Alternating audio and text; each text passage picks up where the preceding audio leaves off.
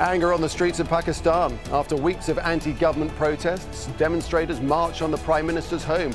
But who is behind this growing political crisis? And what role is Pakistan's powerful military playing? This is Inside Story.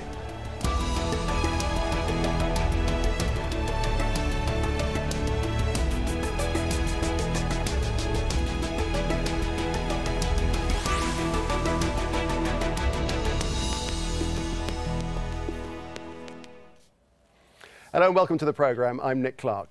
For more than 2 weeks, two leading Pakistani opposition figures have mobilised their supporters behind a single goal: to topple the government of Prime Minister Nawaz Sharif. Imran Khan and Tahrir al-Qadri have been holding sit-ins in Islamabad's so-called red zone, home to Parliament and the Prime Minister's residence. And those protests have reached what was perhaps a predictable escalation. After breaking through police cordons, the protesters attempted to march on the Prime Minister's house. They were held back by police, who used tear gas and rubber bullets to try and disperse the crowd. The fighting continued well into the morning, with protesters vowing to hold their ground. So then, both opposition figures have been leading calls for the Prime Minister to resign, but beyond that, they have different political objectives. Imran Khan is a former cricketer turned politician and leader of the Pakistan Tehreek-e-Insaf party. He's called for an inquiry into alleged vote rigging during last year's elections. That's despite winning 34 seats and forming a regional government in one of Pakistan's northern provinces.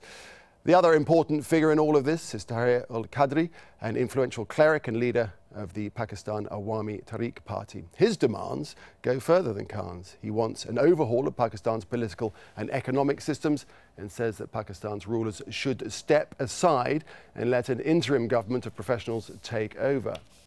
Well, Pakistan's government says it is willing to open an independent investigation into vote rigging, but ruling party officials say protesters must drop their demand that the Prime Minister resign. Before we go to our guests, Kamal Haider helps set up this discussion. The situation in Pakistan is becoming more precarious after ensuing scuffles between the police and the protesters who have been occupying Parliament Square for the last 2 weeks now. The situation worsening after both the leaders of those protesting groups, including Dr. Qadri and Imran Khan, asked their people to march on Parliament House. The police initially stepped aside, letting them go on that route. However, they were then stopped by other security forces who told them that they were not allowed to go into that area. And after that, the police resorting to tear gas and rubber bullets. Late on Saturday evening, the Interior Minister of the country, Jibran Nasir, seemed very confident that his security forces would be able to deal with the protesters. But after almost 24 hours, the situation in Islamabad was still very dangerous. There were still scuffles going on, the police resorting to heavy use of tear gas, and 40,000 policemen already engaged in the operation to suppress the supporters. The military also meeting on the sidelines because of the political predicament that is confronting the country, and that of course leading to speculation that perhaps the military might be forced to step in as a neutral arbiter or perhaps even a takeover. The situation would depend largely on what happens within the next 24 hours. Is Imran Khan and Dr. Qadri able to muster support in other major cities which they have threatened? And the situation in Islamabad will also become clear perhaps with some sort of a decision from the government. But it seemed that Pakistan's parliamentary democracy was at stake and that a decision had to be made fast, a decision including perhaps even the resignation of Mr. Nawaz Sharif.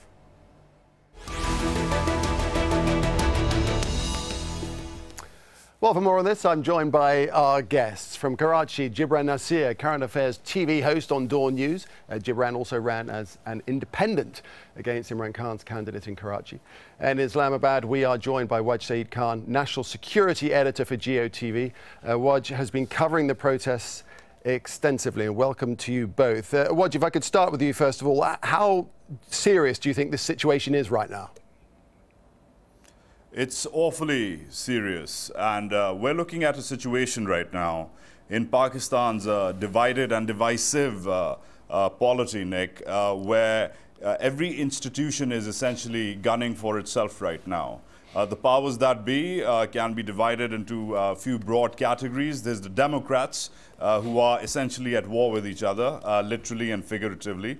There is the military, which has adopted the strong and silent routine for several weeks now, but has kicked into a high alert mode and has just called in for an emergency meeting of its top-level commanders, which was supposed to be tomorrow, the meeting, but it's just moved on to today. In fact, is ongoing as we speak, might have finished by the time we're done.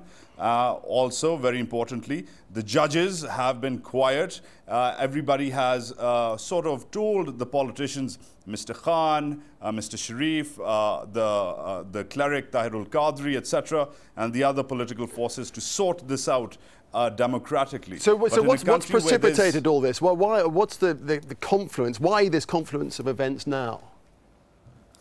Well, here's the thing, right? I mean, for a lot of us skeptics, it depends on who you talk to. If you talk to Mr. Khan, he's stuck on the events of last year.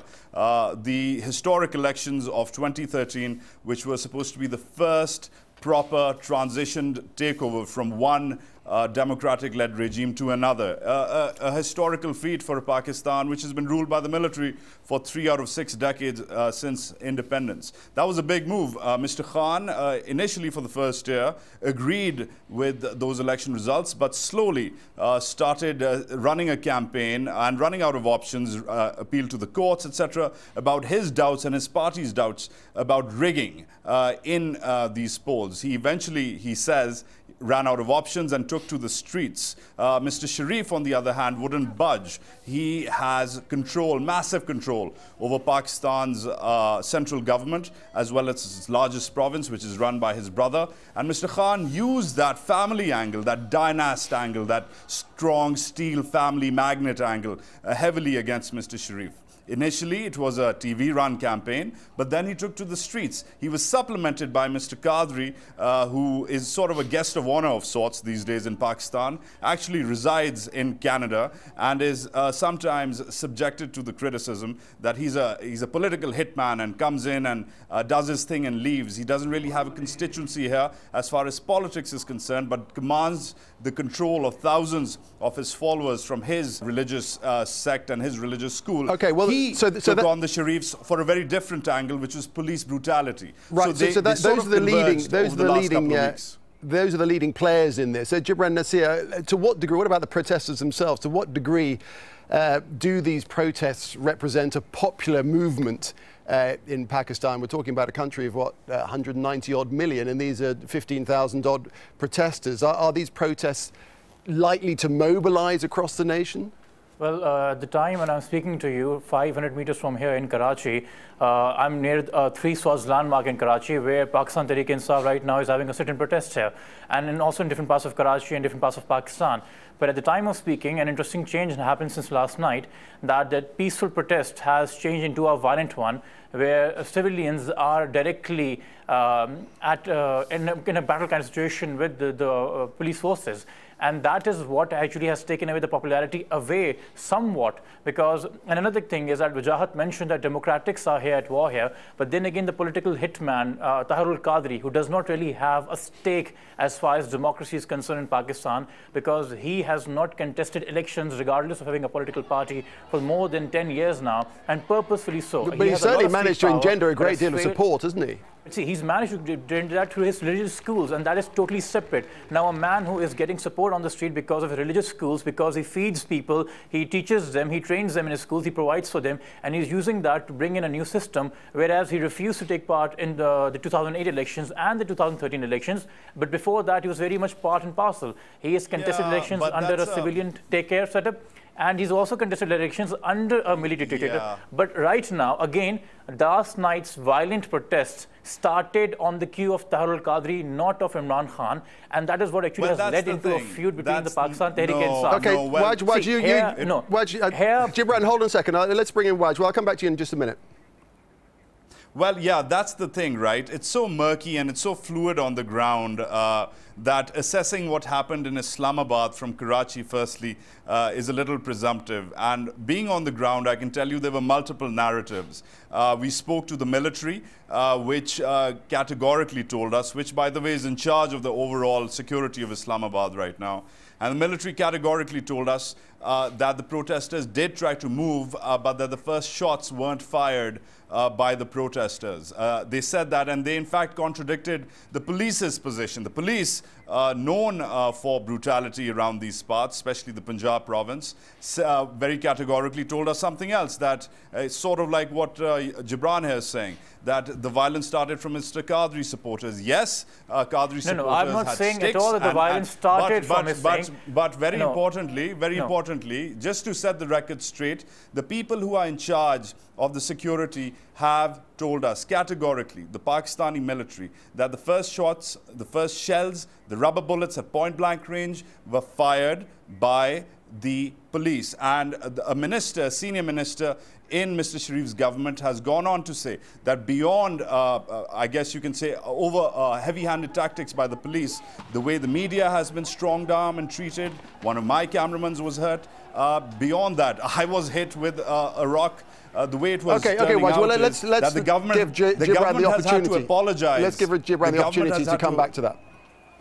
My comeback is that simple, that I'm not saying that the violence was started by Tahir Qadri, but when you're going to march towards the Prime Minister's house and your protesters are going to be carrying batons, and when Tahir Qadri is going to say that what I want to do is I want to unseat Nawaz Sharif, and I want to throw over the government, I want to throw over the constitution, I want to throw over the entire setup, all the provincial assemblies, and I want to bring in a new setup altogether and impose his own economic and financial system. The man does not believe in the state of Pakistan, he does not believe under the constitution of Pakistan, and he was the one marching towards the Prime Minister's house. Were all these protesters, and I asked this question to Wajahat, were all these protesters screened, and was the army and the police confirmed that none of them was armed or none of them was carrying a weapon, which could perhaps, because Pakistan right now is also fighting a war up north as far as terrorism is concerned, and Islamabad has always been a target. And in this kind of situation, you cannot allow people to march towards the Prime Minister's house. As far as the march stayed at the Constitutional Avenue, as far as it stayed away from the Prime Minister's house, they had every democratic right.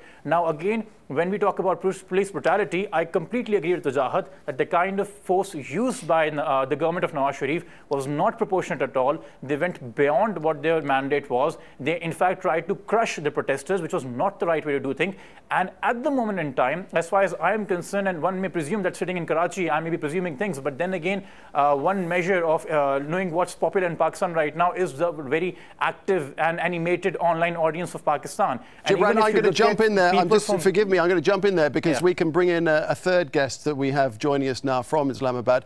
He is Mosharraf Zaidi, former Pakistani Foreign Affairs advisor under the previous Zardari government. Mosharraf is now working on a children's education campaign. And Mosharraf, just give us your take on the current situation right now.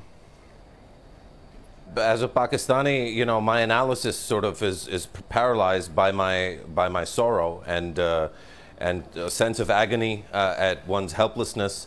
The people that came out to protest were looking for a better country.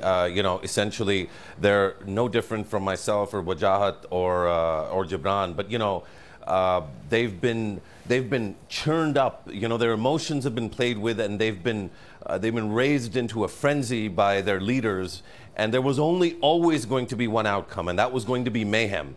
Right before everything sort of, you know, all hell broke loose last night, you know, Imran Khan stood there and, you know, asked his cheetahs and his tigers to come forward and asked the women to go back. You know, that kind of invective, that kind of sort of rhetoric has been defended by Khan's defenders as that's what you do at a political rally, as if, you know, the PTI is defining and is the gold standard in politics in Pakistan, and it isn't by any stretch of the imagination. And what they've helped achieve today with the... No, I was just going to say, a lot of people, of course, are suggesting that this current crisis has, shall we say, been encouraged by military elements to try and weaken the government. What's your take on that? And we'll throw the same question to the other two guys as well.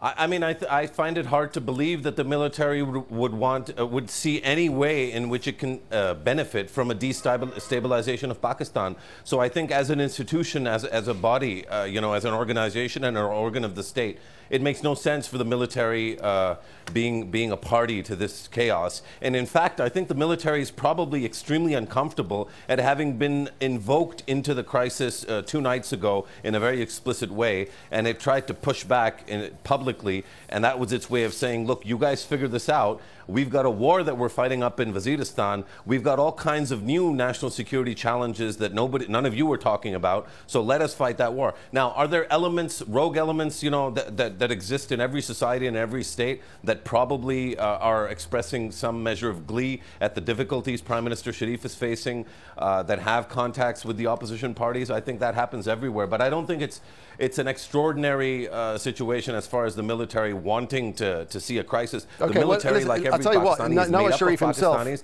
and wants stability. Right, Nawaz Sharif himself certainly denies requesting military intervention. Let's have a listen to what he had to say. Neither has the army requested any role, nor have we asked the army to mediate with opposition leaders. We don't know how this was published in the newspapers, and you should know how much truth is spoken by people sitting in front of the Parliament building. If this news is coming from the protesters, then you can understand how much of it could be true or false. Waj Saeed Khan, what is the position of the military then? Isn't it controlling Pakistani politics again? This is kind of a coup by stealth, a soft coup, if you like. Yeah, that term has been thrown around recently, the soft coup, but studying them and covering them for a living, I'll tell you what I sort of kind of know about this new military. The new military has tried really hard for the last several years in the post-Mosharraf Pakistan, not Mosharraf Zaidi, but President General Pervez Musharraf, the former dictator, to move away from the crime scene that is Pakistan's politics. Of course, that doesn't in no shape or form am I implying or saying that the military doesn't have an interest in Pakistan's political stakes. Of course it does. It's one of the most organized, if not the most organized institution in the country.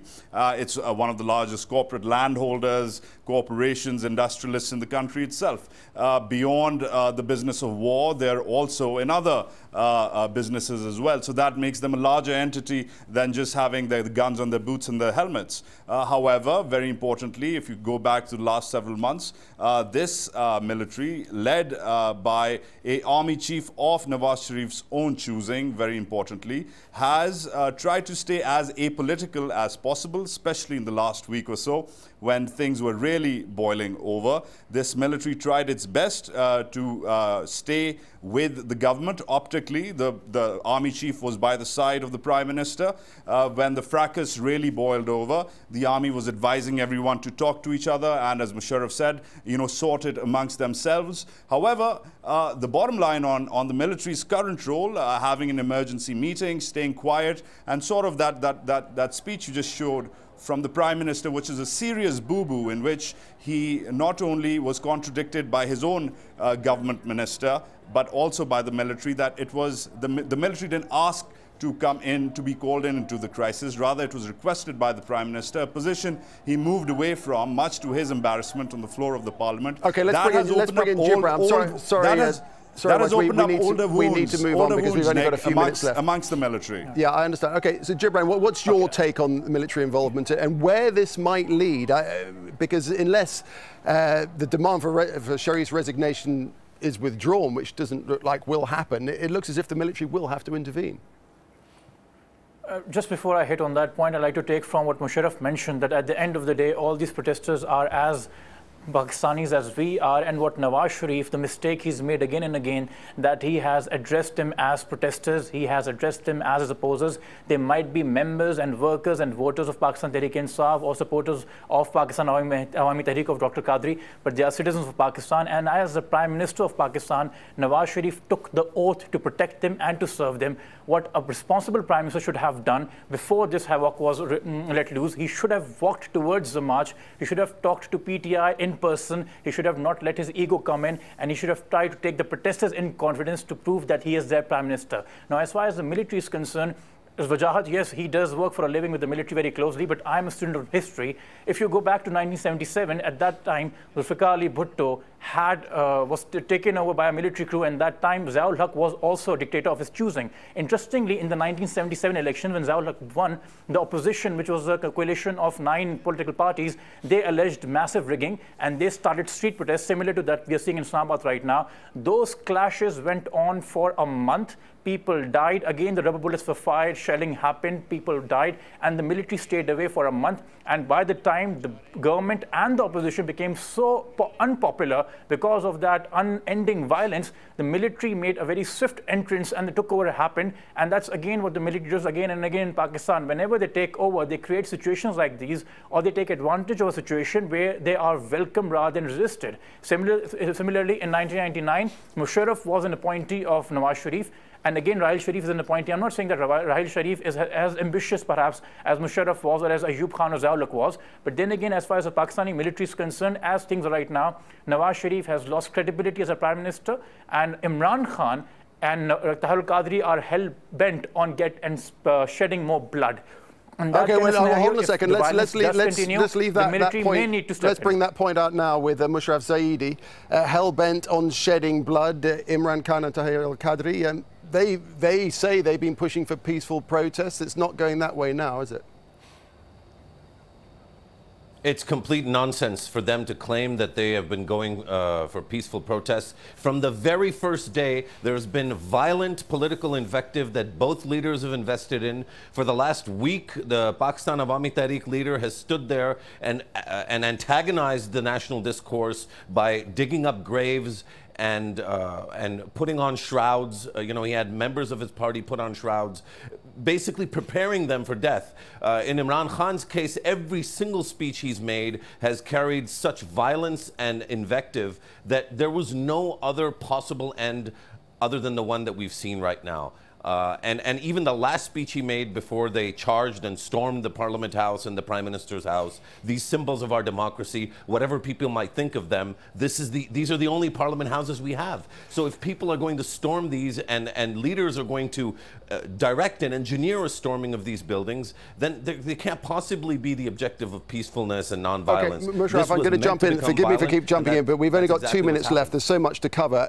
What I want from the three of you now, very briefly, 30 seconds each, is so what is going to happen now? If the military take over, where does that leave Pakistan? First of all, Mosharraf Zaidi in Islamabad.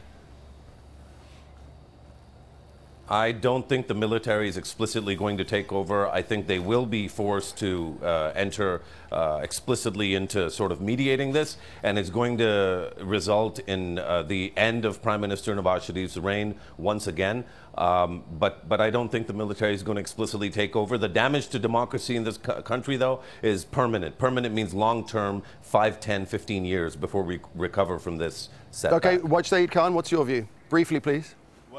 At this point, it's every institution for itself, unfortunately, because the discourse between the institutions has essentially broken down. And because the military is the most organized institution, perhaps even the most powerful institution in this country, it's probably got more contingencies than the other guys. The other guys have imploded, self-destructed. My colleagues here have explained how and why. At this point, democracy has taken a hit, a serious hit, but this military, as we know it, is very politically shy. This is not that Pakistan where they're going to be showered with rose petals.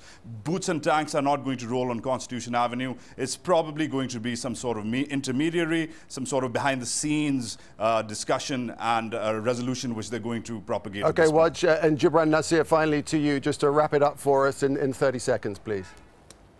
You know, before being an anchor or a lawyer or a journalist, I am a citizen of the Islamic Democratic Republic of Pakistan, even if we don't, and as far as I'm concerned, I want democracy to prevail. I have not so far taken part in any of these protests by Tahir Qadri or Imran Khan or supported these protests. But if the military does step in, then I see myself going out on the street and protesting against martial law, because we have had it enough and we need our institutions to grow. And just like army is a very well-organized institution, army needs to give democratic institutions a chance to become well-organized by being patient with them.